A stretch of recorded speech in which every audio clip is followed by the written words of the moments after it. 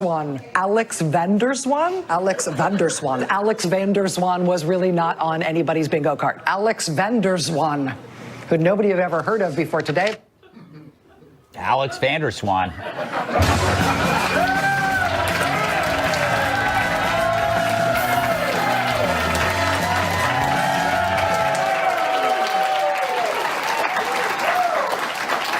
He came, he saw, he checked out his hair. By the way, what a nice picture that is. Look at that. I'd love to watch that guy speak. Oh, boy. Let's see.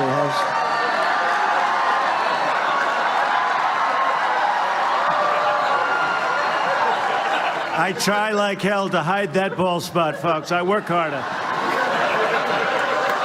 Doesn't look bad. Hey, we're hanging in. We're hanging in. It's amazing. That's our president. How did this happen? How did this happen? All right. But he turned insults about his golden mane into a golden moment. And you know, it's hard to rip him on his locks when he's just better at it than you are. So on Friday at CPAC, President Trump touched on pretty much everything, talking like your rich uncle who simply doesn't give two or three. You be the judge of how many he doesn't give. My favorite part, when he explained plainly why people do lousy in midterm elections. What happens is you fight so hard to win the presidency. You fight, fight, fight. And now only 2 years, that's a very short period. And by the time you start campaigning, it's a year. And now you got to go and fight again. But you just won. So nobody has that same drive that they had. So you end up not doing that well because the other side is going, they're crazed. And by the way, they're crazed anyway, these people. They are really crazed. Try to remember, has anyone ever done that before? It's the best election advice I've ever heard. And of course, any Trump speech wouldn't be complete without an honest self-assessment. My administration, I think, has had the most successful first year in the history of the presidency. I really believe that. I really believe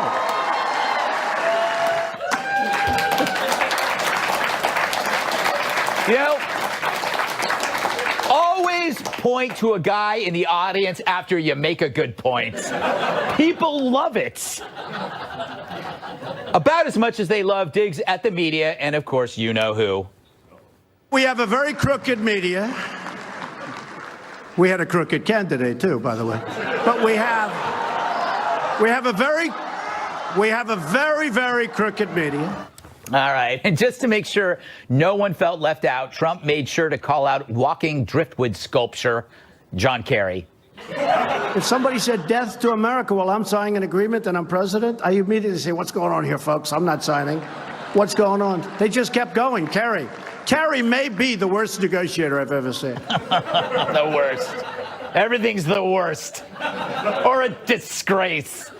Finally, if there was any doubt about the border wall, he got right to the point.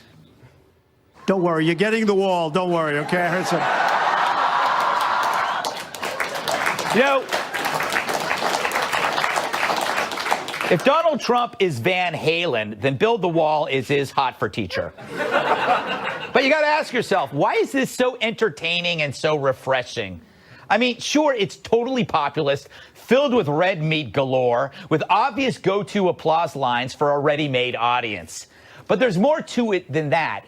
Trump's good at taking slings and arrows directed at him and then turning them into armor. And in a world where the left is heading straight into the humorless void of identity politics, where all jokes go to die, we have a guy charging in the opposite direction into the other world known as fun. He's also an historical first. I call it an entertainer-in-chief. He wanted two things in life: to host a TV show where he could talk about stuff, but also be president. At 71, he managed to combine both. No wonder he's having a ball. And that's my final point. He is having a ball. And maybe so should you, for now.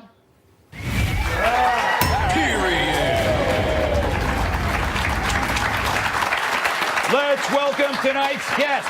He is so tough, a bed of nails sleeps on him. Retired U.S. Army Lieutenant Colonel and Fox News contributor Alan West.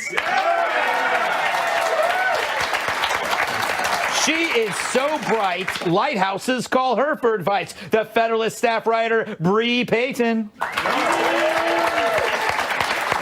And there aren't enough tissues for all of her issues. National Review reporter, Tim Fitzoke.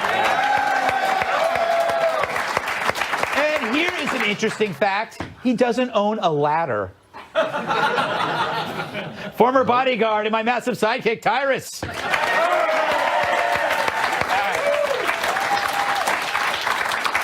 Colonel West, what impressed you most about his CPAC speech? Any highlights for you?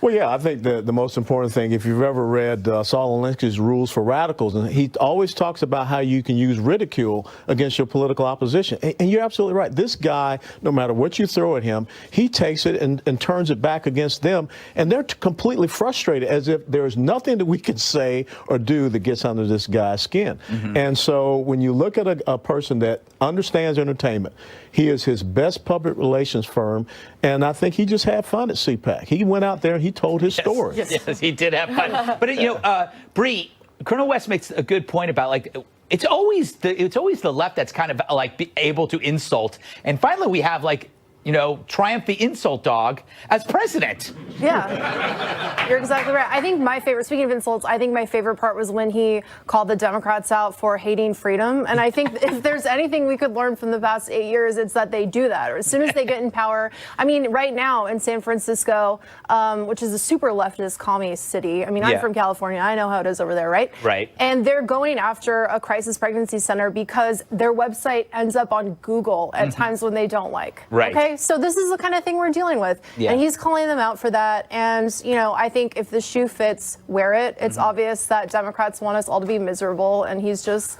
speaking the truth. Yeah, he just doesn't care, Kat, about any. He even said before he did that snake poem that I know that you loved, that he says, I know people aren't going to like this, but I don't care if they don't like it. I believe that he could be very sloppy when things he says, but if he's right on a big thing, we forgive him for kind of the sloppy language at times. First of all, let me let you on a little inside joke. Greg said, know that I love because I don't love the poem. But I already know that he doesn't care what I think. So. Yes. I painted you into a corner. Right, absolutely. This was just a classic Trump to the base speech. Right. It had everything. It had the wall. He managed to throw in a crooked Hillary there, pretty much. Yes, that took some talent. Yes. Talking about immigration, talking about the economy, and then of course doing the thing where he stops and leans to the side and waits for people to clap for him. Yeah. Which I don't see. I did it and it didn't work for me. So No. I had to. Well, it did, but he's able to do it. Sometimes he just starts clapping for himself, too. I'm doing it right now, and it doesn't work for me either. So he's really good at getting applause, and that's one thing that I really envy about him, whether or not he has a bald spot. Yes. Tyrus, I bet he wishes he could do that every week. He seems to enjoy it, be his thing. But he does do that every week. Yeah. And I think that's the part that the super left and the CNN building has got to have a late night meetings. Like, what do we got? He cheats on his wife. He's a Russian spy.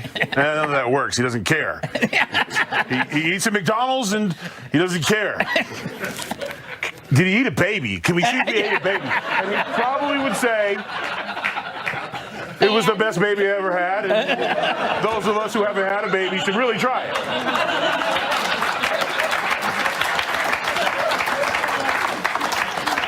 I don't know what to make of that. I will say this.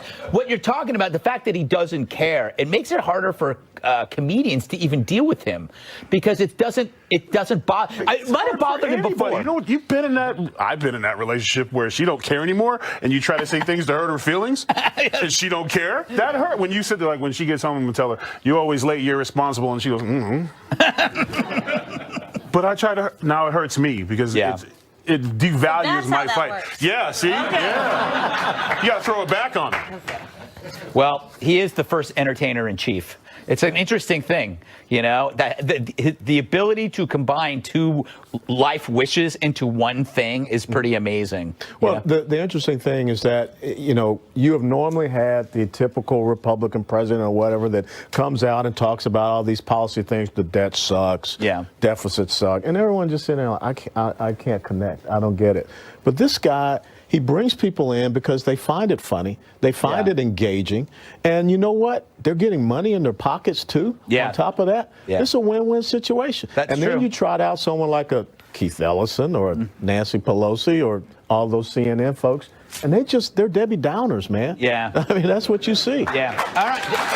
And that's an up point to T. Still to come, we'll discuss the president's meeting with those affected by gun violence. And later, Nancy Pelosi's got some border wall alternatives. Plus, a CNN reporter confronts an elderly Trump supporter. It's a cornucopia of dumb ideas.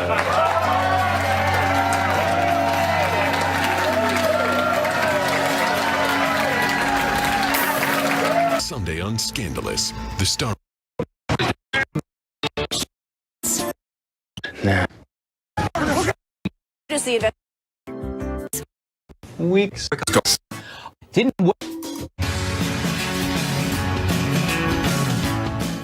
On Wednesday afternoon, we saw real progress in the gun debate. The president's meeting didn't feature just emotional testimony, but rational solutions. In Israel, you have to be 27 years old to have a gun. You're only allowed one. They tax the guns.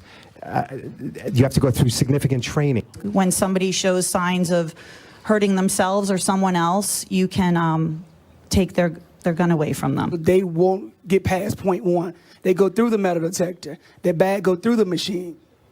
So it was pure civil discourse. Then came CNN's town hall, which wasn't.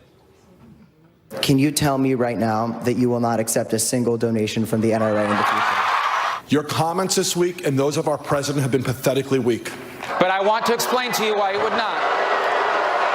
And I want to be allowed the opportunity, which is why I am here. Let me answer the question. Let me answer the question. You can shout me down when I'm finished, but let me answer Emma's question. That's a huge... Wait a second. Wait a second. You guys, if I can't hear her statement, I can't come up with a rebuttal. I don't know, CNN. If booing and heckling helps create dialogue, why not hand out tomatoes, too? But you got what you wanted, a Jerry Springer spectacle that widens the divide, undoing any goodwill made earlier that day. Fact is, if you wanted more people to buy guns, that did the trick. By treating the guests like guilty parties, suddenly a law-abiding person is a killer by association. It's a pattern. The media grabs a hot issue and inflames it. Remember their police shootings narrative? The media slathered that issue with emotion and half-truths, creating a recursive rage spiral. The result, the police ended up pulling back, and crime jumped in some cities. And that somehow shocked the media. Meanwhile, witness the practical solutions coming from the White House and this House. Last week, we mentioned the Civil Tag, a database for madmen based on police, teachers, and students' testimony. If you're in that database, no guns, that's it. And clearly, some very important people heard what Tyrus said as well. When 9/11 happened, the planes hit the towers, airports were changed forever. We got the TSA. Our children are getting hit.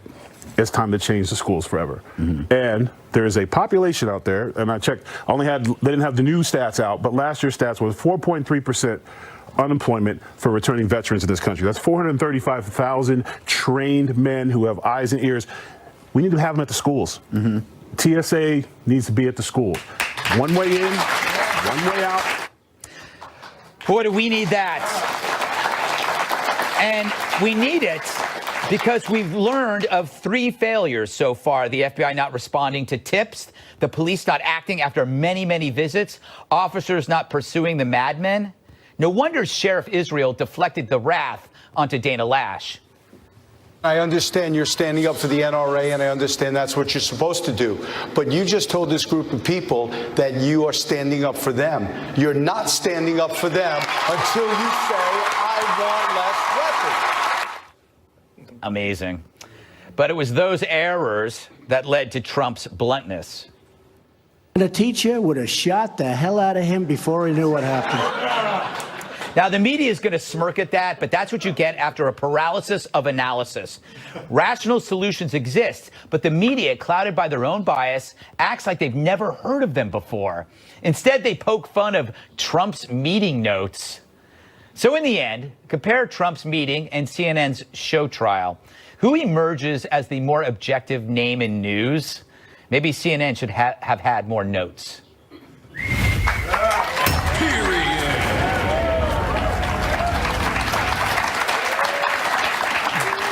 Colonel West, you're obviously a veteran. You were a congressman in Parkland's district. You are also on the NRA board, so you are kind of like in the thick of this thing. And I own 3 AR-15s. Yeah, that's why I don't come by your house. What do you make of this I mean, I felt that the White House meeting was cathartic, and then I got completely depressed and crushed when I watched the CNN event. When I look at that CNN debate and I see Sheriff Israel, he's in a lot of trouble because now we have come to find out that the sheriff's deputy that was there to protect that student, understand there was one school resource officer for a school of 3,000. His whole duty is to protect those students, and he failed in his job. Now, what's the criteria to have a school resource officer in the Broward Sheriff's Office? Furthermore, I guarantee you that Sheriff Israel knew about that surveillance video last week, Wednesday. And why are we just now finding out about it? What drives me crazy is that I think Sheriff Israel knew a lot of things at that town hall, and that's why he turned it onto Dana Lash, because there was also, I believe, that officer at the school also had been tipped off about this person before, which blows my mind. Tyrus, I swear after you made that suggestion last week, that I heard that suggestion almost verbatim all over the place about after 9/11. Please send your checks to Tyrus. No, look, that's just a common sense thing. I would have hoped there would have been more people like, yeah, you know what? But here's the thing. If you don't want solutions, you want arguments. And that's pretty much what we learned this week. The mistake, like, here's a perfect, like the gun thing. And after what we have, people are attacking NRA like it's a 9-foot monster. Yeah. It's the people of the United States, and it's American citizens who are the NRA, not the people on the stage that are getting attacked that night. So you're attacking your own people. So we need to figure that out really quick, that's not the issue, yelling and screaming about guns. I am not a member of the NRA, but I will be joining, sir, ASAP, because I would like to be a part of that argument. But a motivated individual who decides he's going to kill someone or a group of people or a school or rape a woman, that motivated individual is going to accomplish a degree, however. Unmotivated individual, in this case, is the deputy who had at least 2 firearms and a shotgun in his car. None of those guns saved anybody because he was not motivated. Those guns could not float across the school and stop this person because the man who had those guns was unmotivated, lazy, and afraid. When you're a motivated human being in this country, you can do terrible things. If that's your mindset. The only way we can stop that is by having teams of trained, motivated individuals to intercept you. Period. There's no other way about it. Let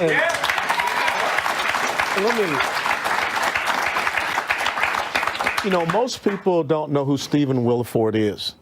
Stephen Williford was the former NRA-trained weapons instructor who returned fire against the assailant at Sutherland Springs. And he did it with an AR-15. But it's so interesting to me that you never hear that type of story. That the failure of the United States Air Force and also the federal authorities that did not supply the information of that assailant who, number one, had a dishonorable discharge from the Air Force, and number two, was convicted of a domestic violence. And the person that saved that carnage was someone with an AR-15 trained through the NRA. And that's why I feel so strongly about this civil database. But I want to ask Kat, as a libertarian, would you budge a little on gun rights? No. No, that's what I thought. Not at all. And watching that town hall, I can't help but think so many people are going to make the mistake of watching that and thinking that the audience there represents America. It does not represent America. There are still very many people in America who understand the Constitution, and they understand that the Second Amendment exists not just so we can protect ourselves, but also for protection of our liberty against a tyrannical government. And you can't forget that. And you can't let the left bully you or shame you or shout out you're a murderer at Dana and make you feel bad and let us give that up because it's too important to give that up. All right. Last word, Bree. What are your thoughts? So my boss actually interviewed Dana about her experience, and she said that it was set up kind of like a WWE SmackDown. She had to walk in between. This is her account of what happened. Yeah. So they had kind of like theme music for each of the panelists that were coming out, and they had to walk out like between the audience. Oh, wow. And sit out on stage, and it was like this whole thing. And you can read her full remarks over at thefederalist.com and listen to, what she had to say about that. But, just the way that they set it up, it was very apparent that CNN was not about real solutions, as Tyra said. It was about creating this big, smackdown on TV for ratings. Yeah, it was the least attractive thing besides a mob is instigating a mob when it's because it's so easy to do. And it was like, the CNN, it cemented a divide that meant it to be defrosted. And I saw the defrost happening at that Trump event, and then I saw it being cemented again. And I believe people are inherently good until they're in a mob, and then when that mob gets going, anything can happen, and that's what scares me. We got to move on, but all right. Producer goes, please move on. Nancy Pelosi's awesome idea for securing the border. Just kidding, it won't secure anything, but we're going to talk about it anyway. It's going to be great.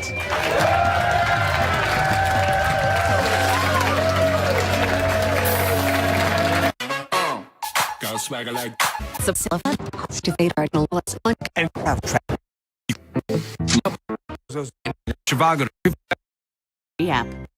State headquarters. Live from America's news headquarters, I'm Robert Gray. Another round of severe weather is pounding the nation's midsection. Already tonight, deadly tornadoes have been reported near the Kentucky and Tennessee state line. Severe flooding from heavy rain, melting snow and ice, prompting states of emergencies in parts of Missouri, Kentucky, and Ohio. Search and rescue teams are on standby in Kentucky to help those stranded. And in Indiana, officials are urging residents to evacuate after a levee breach along the long Kankakee River. Final goodbyes are underway for the Reverend Billy Graham. Earlier today, his body was returned to his hometown of Charlotte, North Carolina. People lined the streets as the 130-mile procession passed. It's all part of week-long services to honor the man known as America's pastor. Funeral services are next week. I'm Robert Gray. Now back to the Greg Gutfeld Show.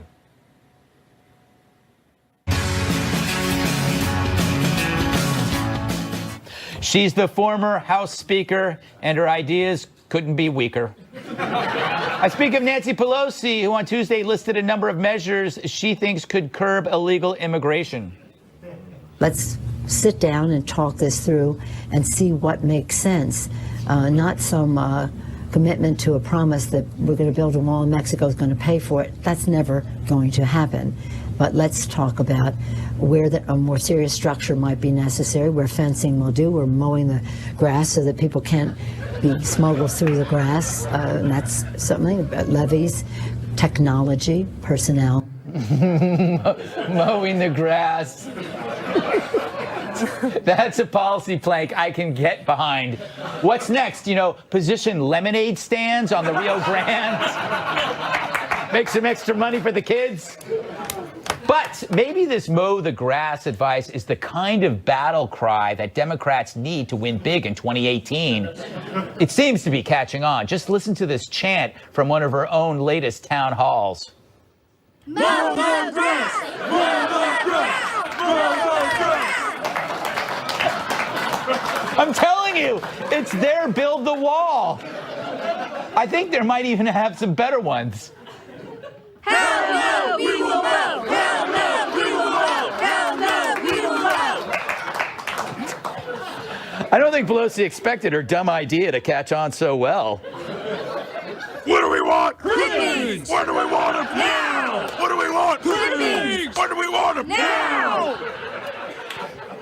We're going to pound this joke into the ground.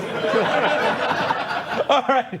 Bree, I thought it was interesting that she acknowledged that illegal things happen on the border, and then she just went off the rails. Yeah, shocker. Yes. Nancy Pelosi went off the white rails.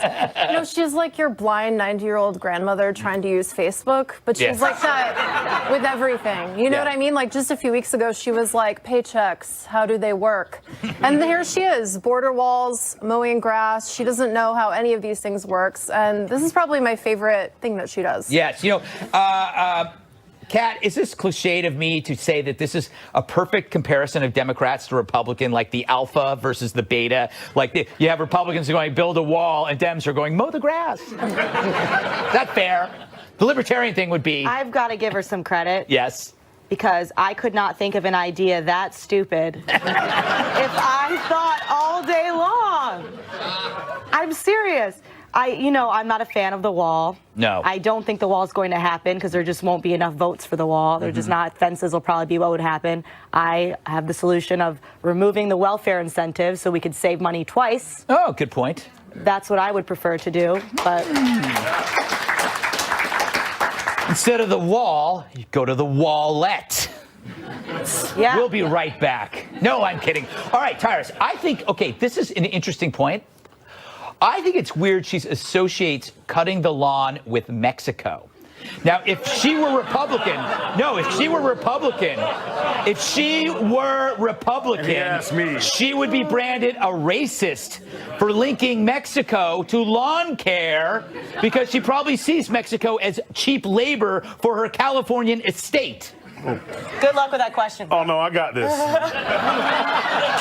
I ain't no damn diva. I can handle this stuff.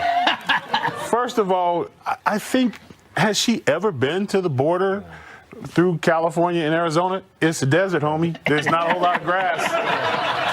It's hot as hell, and it's not too hard to see somebody crawling on the hot-ass ground.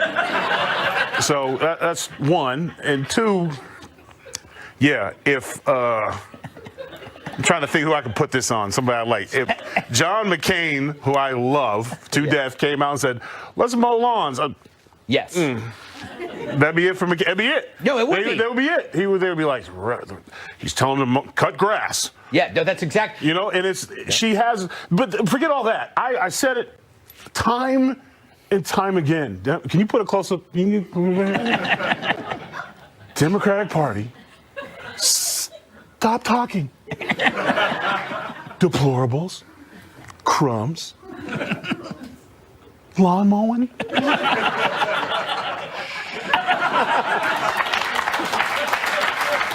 He's right. This is not a good look for the Democrats to have an out of touch millionaire elitist. Because the weird thing about Trump is that he's a billionaire, but he's not out of touch. No, he's not. And how do I follow that? But I don't want her to shut up. Yeah. I want Nancy Pelosi to continue to talk because she is making all the commercial advertisements for September and October and into November for the midterm election. That is true. No. She's the gift that keeps giving. Yes. All right. But a lovely lady. I think a really lovely lady. I always like to add something positive to make people feel nice good. Hair. Nice hair. All right. Up next, a CNN reporter advances the Russia collusion story by ambushing an elderly Trump supporter. Now that's journalism.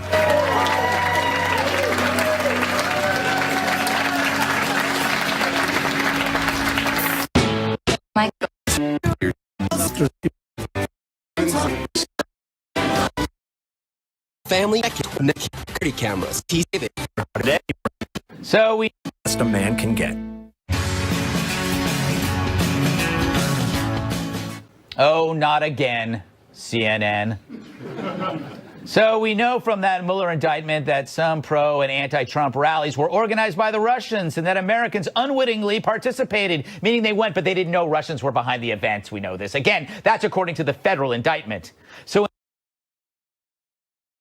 a Trump supporter's house and hounds her for promoting an event on Facebook that turns out was put on by the Russians. They were not Russians. I don't go with the Russians. That group was Russian.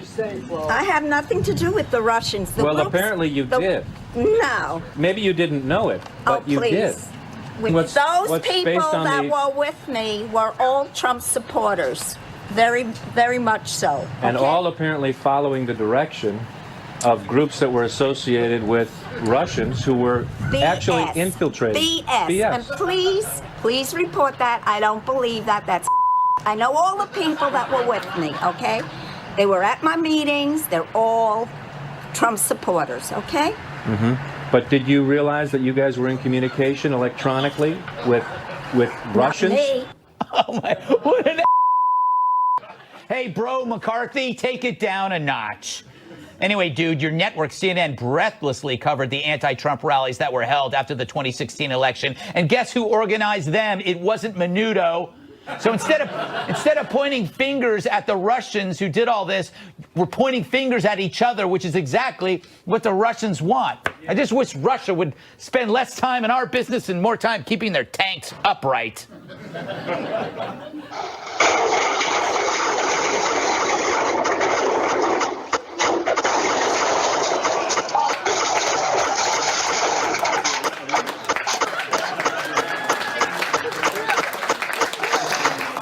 I'm not too worried about the Russians.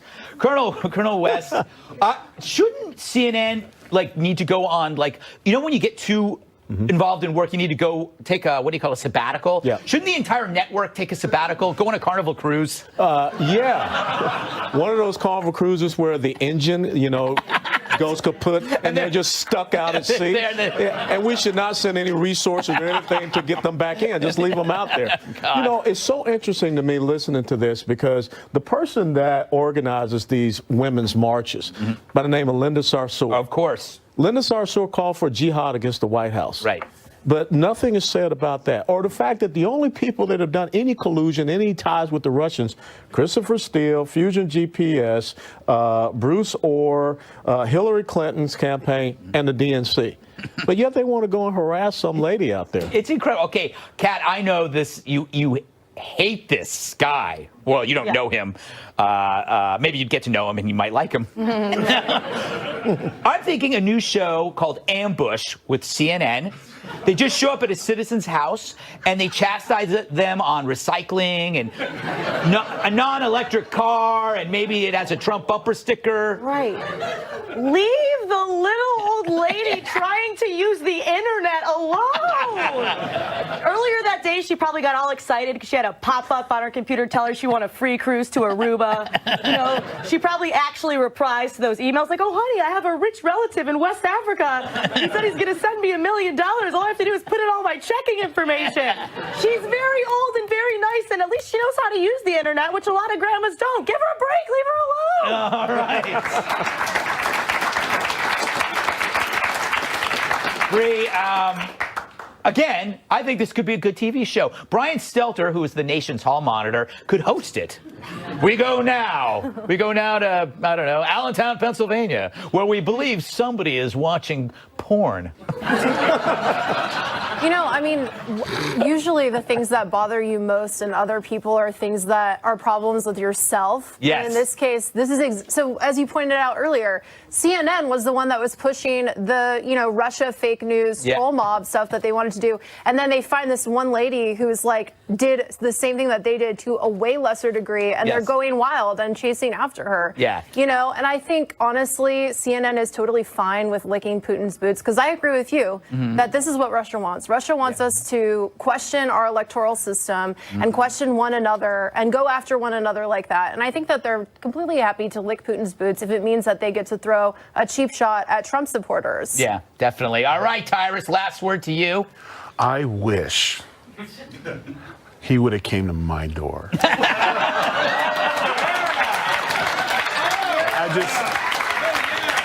Let me see if I got this straight. This breaking news was to her and her 5 friends who were playing cribbage and decided to go online and fill out a survey saying that they supported the candidate Trump at the time. Yeah. That's your story. Yeah. Does it really matter where it came from? Yeah.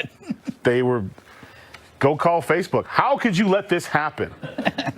These women are playing cribbage or canasta, whatever they do, And you allowed Russians to send information to the community. Go after Facebook. Yeah. Go after Google. Don't after the people that they saw information that they supported and that they believed in and was provided, because Russia was on everybody's team. Yeah. That was the thing. Everybody's team. They were sending all kinds of stuff out. So he probably belonged to something. Probably that online dating app he was on before he got there was probably by them. So he ain't so clean either. Yeah. I guarantee. Let's check your computer history, bruh. Yeah. Bet there'd be some breaking news in there.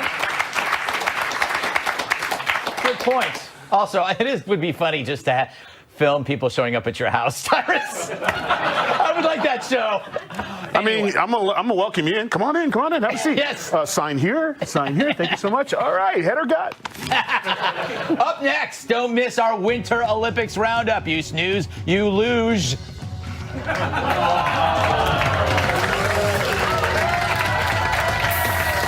If you have moderate to severe diving, Room and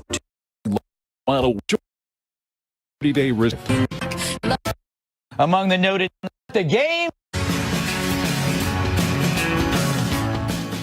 Well, let the games end. Much like our existence on this planet, the 2018 Winter Olympics is nearly over. Among the noted storylines, when Jamaica's women's bobsled coach quit, she took the team sled with her. Red stripe, I think they got him a new sled. Anyway. Then there was Elizabeth Swaney, the U.S.-born skier who competed for Hungary in the women's freestyle halfpipe without attempting a single trick. She gamed the system, competing in events where she had to finish in the top 30, but since most had less than 30 competitors, all she had to do was not fall. That's genius. Then, using her grandparents' Hungarian citizenship, she landed on Team Hungary.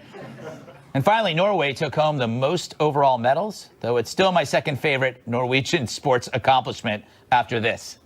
Thank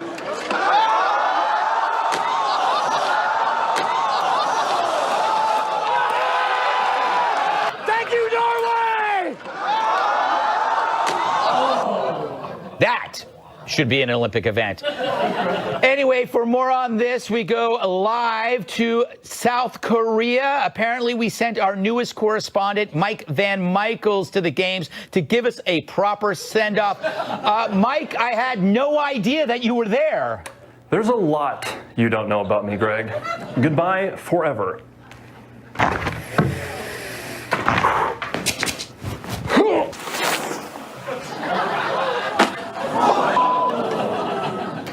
Well, that was abrupt.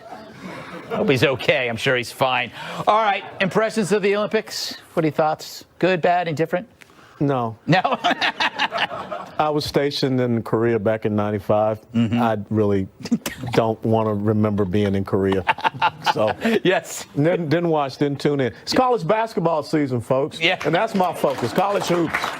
Good American sport. Kat, if you had to compete, what event would you like to compete in? You can make one up if you like. I wouldn't.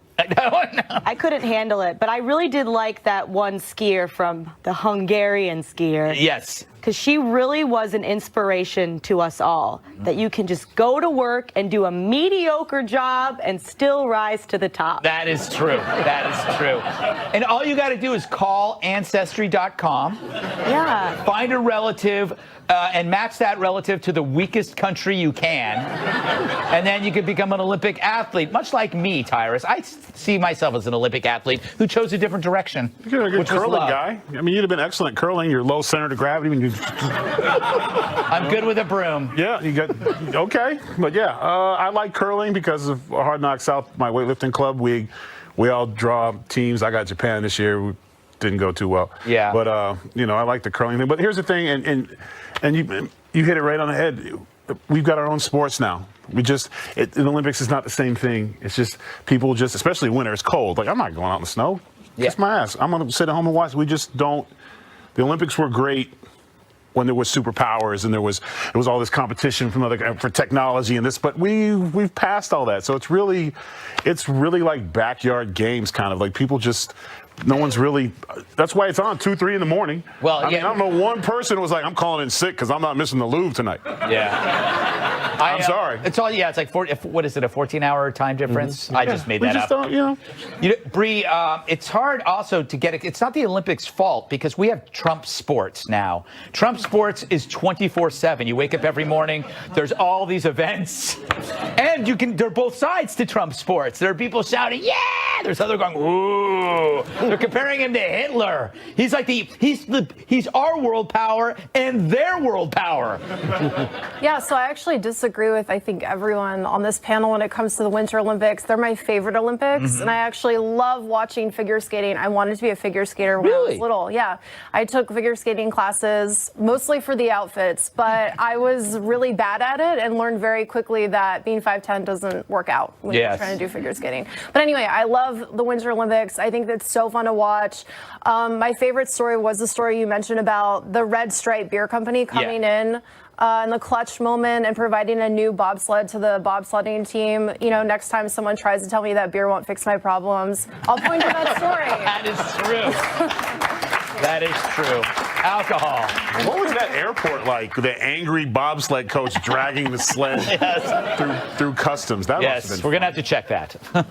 Stick around. Final thoughts up next. It's Golden Corral's Prime. Try pay taxes. Bodyguard. Welcome to Waters World. I'm Jesse Waters. When the government fails you, that's the subject of tonight's Waters Words. So say you're paying a bodyguard to protect you, but your bodyguard keeps falling asleep or